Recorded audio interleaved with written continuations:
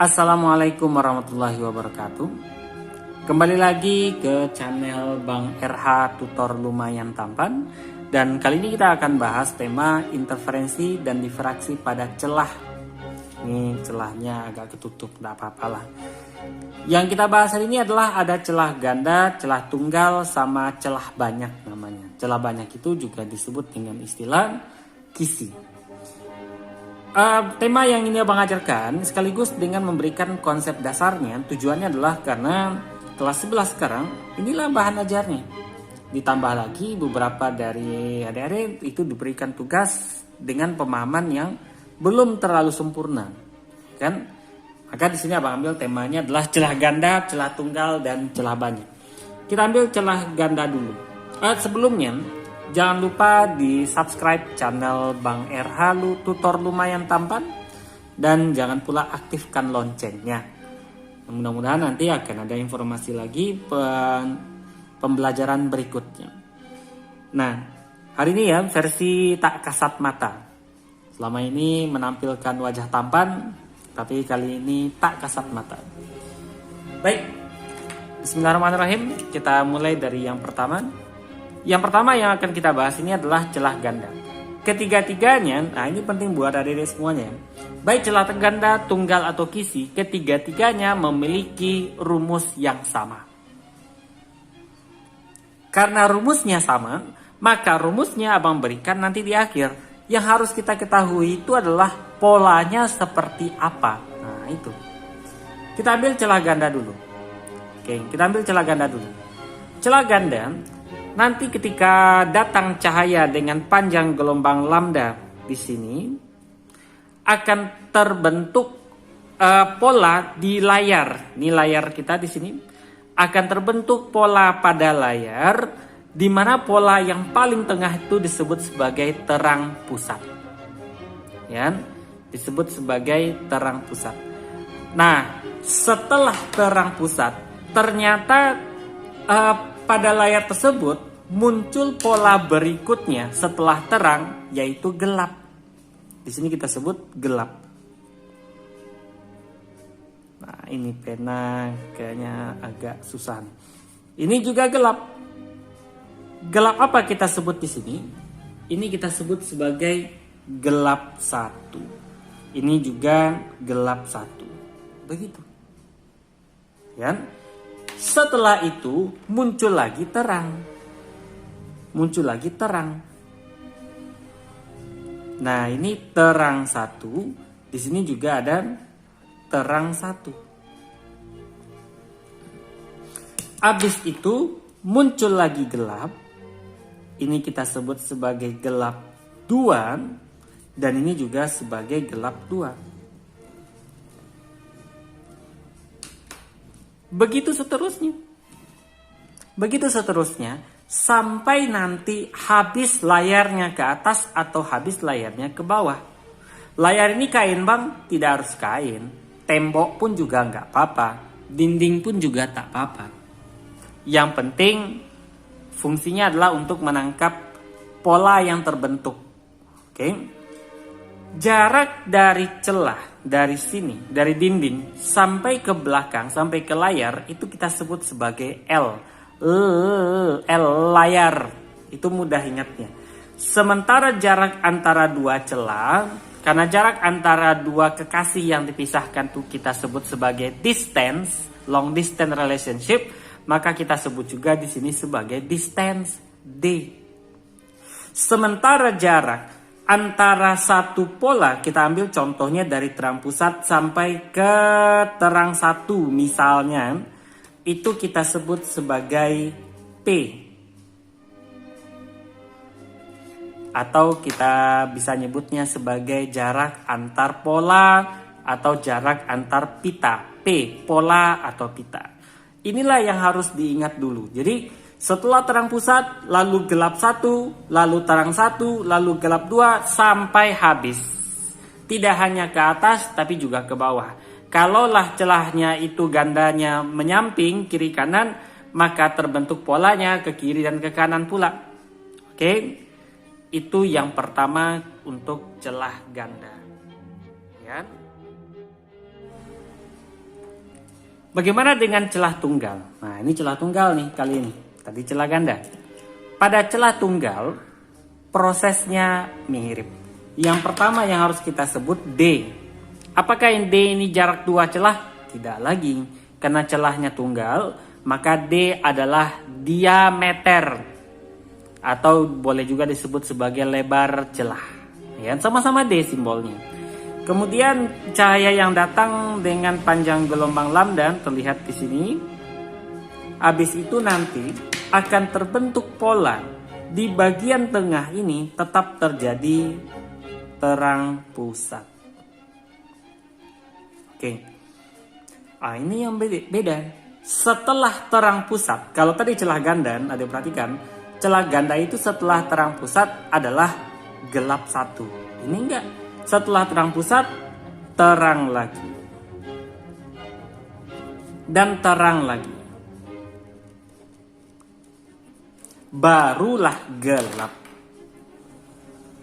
Barulah gelap. Gelap 1 di sini, gelap 1 juga di sini. Habis itu terang lagi. Habis itu terang lagi. Ini terang lagi. Lalu dilanjutkan kembali ke gelap. Gelap 2, gelap 2. Loh, kok abang nggak nyebut ini terang keberapa bang? Nah ini penting buat adik ketahui kan. Prinsip dasar percobaan celah tunggal sebenarnya hanya untuk mengetahui jarak gelapnya. Dia nggak nyebut terangnya. Ya, adik boleh baca percobaan aslinya. Cuman di beberapa LKS dan di beberapa buku dan beberapa sekolahan itu memberikan simbol untuk terang ini dan terang ini. Terang ini, terang ini. Ada yang berpendapat ini adalah terang pusat. Ini terang pusat, ini juga terang pusat. Alasannya kan masih di tengah. Jadi masih di pusat sehingga terang pusatnya itu besar sekali. Ada yang mengatakan, oh tak bisa, terang pusat tuh nggak boleh besar. Maka setelah terang pusat katanya terang 1. Nah, pada umumnya orang memberikan nama ini terang 1, dan ini terang 2, dan ini terang 2. Seperti itu. Ya, jadi terang pusat, terang 1, gelap 1, terang 2, gelap 2, dan seterusnya. Beda dengan celah ganda tadi. Celah ganda tadi kita ingat-ingat ya, terang pusat, gelap 1, kemudian terang 1, gelap 2, terang 2. Sementara ini enggak. Terang pusat, terang 1, gelap 1, terang 2, gelap 2. Ya kan? Jadi kalau di buku yang lain saya temukan bang, ini terang pusat juga bang, ini yang terang 1. Boleh bang? Boleh. Itu hanya masalah memberikan nama saja. Jadi itu bukanlah sebuah ketetapan. Yang penting tujuan utama dalam celah tunggal percobaannya adalah untuk mengetahui lokasi gelap sebenarnya. Oleh karena itulah, selama bertahun-tahun abang baca abang kumpulkan soal ujian nasional, tidak pernah celah tunggal mempertanyakan terang. Ya. Oke. Jangan lupa jarak antara terang pusat sampai ke tempat yang ditanyakan. Misalnya sampai ke sini. Ini hanya contoh, kita sebut sebagai P juga, yaitu jarak antar pola. Jarak antar pola atau jarak antar pita. Kira-kira seperti itu. Berikutnya adalah celah banyak atau disebut juga dengan nama kisi. Ya, disebut dengan nama kisi. Celah banyak ini, wah di gambar kok kelihatannya cuma 1 bang. Ya di sini 1, tapi di belakangnya dikasih semacam kita ambil logikanya seperti parutan keju. Cuma kan parutan keju lobangnya bulat-bulat.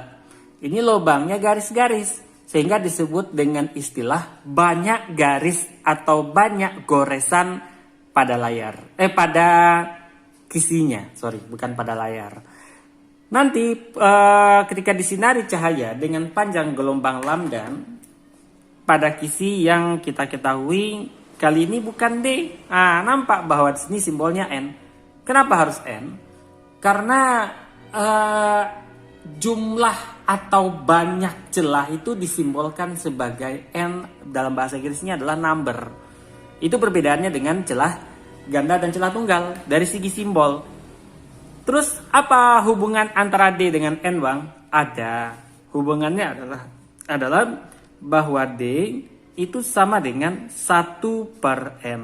Oleh karena itu nanti tetap rumusnya menggunakan D, tetap rumusnya menggunakan huruf D ya, tidak menggunakan N, tapi ketika soalnya membahas tentang kisi, D-nya diganti menjadi N. Nanti kita bahas dalam bentuk rumus. Oke. Nah, kita lanjut di sini. Setelah kita tahu bahwa D-nya sama dengan 1/N di sini. D-nya 1/N. Apa yang terbentuk di bagian tengah? Tetap terang pusat. Tetap terang pusat. Ya, di sini kita bikin. Di sini tetap terang pusat. Jadi tak ada perbedaan pendapat. Terus setelah terang pusat apa, Bang? Gelap 1. Kemudian juga gelap 1. Habis itu terang 1. Ini terang 1. Habis itu gelap 2. Dan gelap 2 sampai habis itu terang 2. Oh, kita tanggung ya, tanggung nih, kita lanjutkan lagi. Di sini ada terang 2. Di sini juga ada terang 2. Begitu terus sampai habis layarnya. Begitu terus sampai habis layarnya. Oke. Nah, ternyata sama polanya dengan celah ganda. Oleh karena itu nanti pada saat ording mereka sama saja. Ya, mereka sama saja. Terus di sini jarak antar satu pola ke pola yang lain kita ambil contohnya misalnya terang pusat ke gelap 2. Ini hanya contoh ya. Bukan, jangan dikatakan setiap P itu pasti jarak antara terang pusat ke gelap 2, tidak. Ini hanya contoh. Jarak antar pola disebut sebagai P. Pita atau pola dalam segi bahasa yang mudah diingat. Kemudian jangan lupa L itu adalah L di sini itu adalah layar, jarak layar. Lambda kita udah tahu itu panjang gelombang, sementara M di sini adalah banyak celahnya. Nanti akan Abang berikan dari segi rumusan. Itulah pola yang harus diingat. Itulah pola yang tidak boleh dilupakan. Karena begitu kita tahu bentuk polanya, maka bagaimanapun bentuk soalnya, insya Allah 80% sudah aman.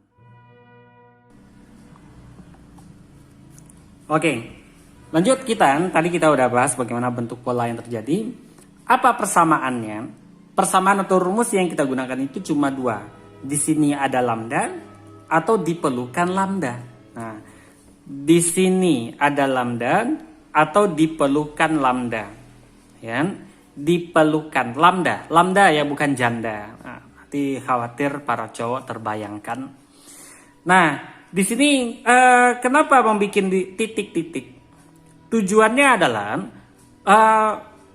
ordenya pada celah ganda tunggal ataupun kisi, baik itu terang ataupun gelap, bergantung pada soal. Titik-titik ini disebut sebagai orde. Ini orde. Misalnya terang pusat ke terang 2, terang pusat ke gelap 6, atau antara terang 2 ke terang 7, antara gelap 2 ke gelap 8, antara terang 2 ke gelap 5. Banyak sekali kemungkinan. Karena saking banyaknya kemungkinan, kita bikin titik-titik saja dulu. Nanti baru menjelaskan bagaimana prinsip orde itu. Nah, di sini juga D adalah jarak antar celah. Kalau celahnya celah ganda. Kalau pada celah tunggal kita sebut lebar celah. Kalau kisi tadi sudah Abang katakan 1/N, di mana N itu adalah banyak garis per meter, banyak goresan per meter. Usahakan dalam per meter. Kalau dia dalam per senti nanti akan kita coba dengan beberapa soal. L adalah jarak layar, P adalah jarak antar pola atau pita. Ya. Nah ini dulu yang harus kita ketahui dari segi rumusan. Terus untuk ordean, Untuk ordain, di sini sudah Abang berikan metode yang sangat simple saja. Jadi ketiga subbab kita gabungkan dalam satu konsep yang sederhana. Ordain, baik itu terang atau gelap, baik itu celah ganda, celah tunggal ataupun kisi. Ordain ini menunjukkan dia terang keberapa, gelap keberapa, dan lain-lain. Nah, untuk celah ganda, coba bagi yang ingat bentuk pola atau yang tadi mencatat, alhamdulillah. Tapi bagi yang tak ingat bentuk pola, coba back kembali ke video yang tadi. Celah ganda dan celah banyak atau kisi. Celah ganda dan kisi itu polanya begitu tadi kan. Terang pusat, gelap 1, terang 1, gelap 2, terang 2, gelap 3, terang 3, dan seterusnya. Yang unik di sini cara mengingatnya adalah antar pola ke pola, antar pola yang berdekatan itu hitungnya setengah orde. Contoh, tadi urutannya kan terang pusat, kemudian ada gelap 1, terang 1, gelap terang pusat ke gelap 1 itu setengah. Gelap 1 ke terang 1 itu juga setengah. Terang 1 ke gelap 2 juga setengah. Gelap 2 ke terang 2 juga setengah. Yang artinya kalau kita jadikan terang saja misalnya kan, terang pusat ke gelap 1,5, gelap 1 ke terang 1,5. Akibatnya terang pusat ke terang 1 adalah 1. Bang ulang lagi kan. Urutannya kan gini, terang pusat, gelap 1, terang 1. Maka terang pusat ke gelap 1 kita hitung setengah. Gelap 1 ke terang 1 juga kita hitung setengah. Begitu. Oke. Akibatnya terang pusat ke terang 1 jadinya 1. Karena setengah ditambah setengah. Sehingga cara paling mudah mengingatnya tanpa menggunakan metode yang Abang jelaskan barusan, langsung aja terang pada celah ganda, ordenya adalah bilangan asli. Terang 1 itu 1, terang 2 itu 2. Terang 3 itu 3, dan seterusnya. Sementara gelap itu berada di antara terang dengan terang. Oleh karena itu gelap pertama adalah setengah. Gelap kedua adalah 1,5. Gelap ketiga adalah 2,5, dan seterusnya. Dan itu juga berlaku untuk kisi, karena polanya sama dengan celah ganda. Terang 1 itu 1, terang 2, terang 3 itu 3, sementara gelap adalah bilangan asli yang dikurangi setengah.